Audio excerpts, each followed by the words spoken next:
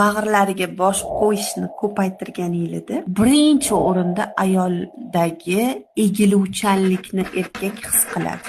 То есть ayol men ojizaman, meni himoya qil, meni ehtiyot qil, men senga suyanganman degan energiya beradi erkakka va ahamiyat beringlar, ozginadan keyin eringlar qanaqadir mehribon bo'lishi, ko'p narsada ehtiyot qilishi, даже nimagadir turmoqchi bo'lsangiz, men olib beraman, to'xtab tur, yo tur degan narsa bilan, qanaqadir emotsiya bilan sizga munosabati bo'lishni boshlaydi. Bu qalbiga, yuragini oldiga boshingizni qo'yganingizda qalb yurakdan o'ng tarafda bo'ladi, bilasizlar.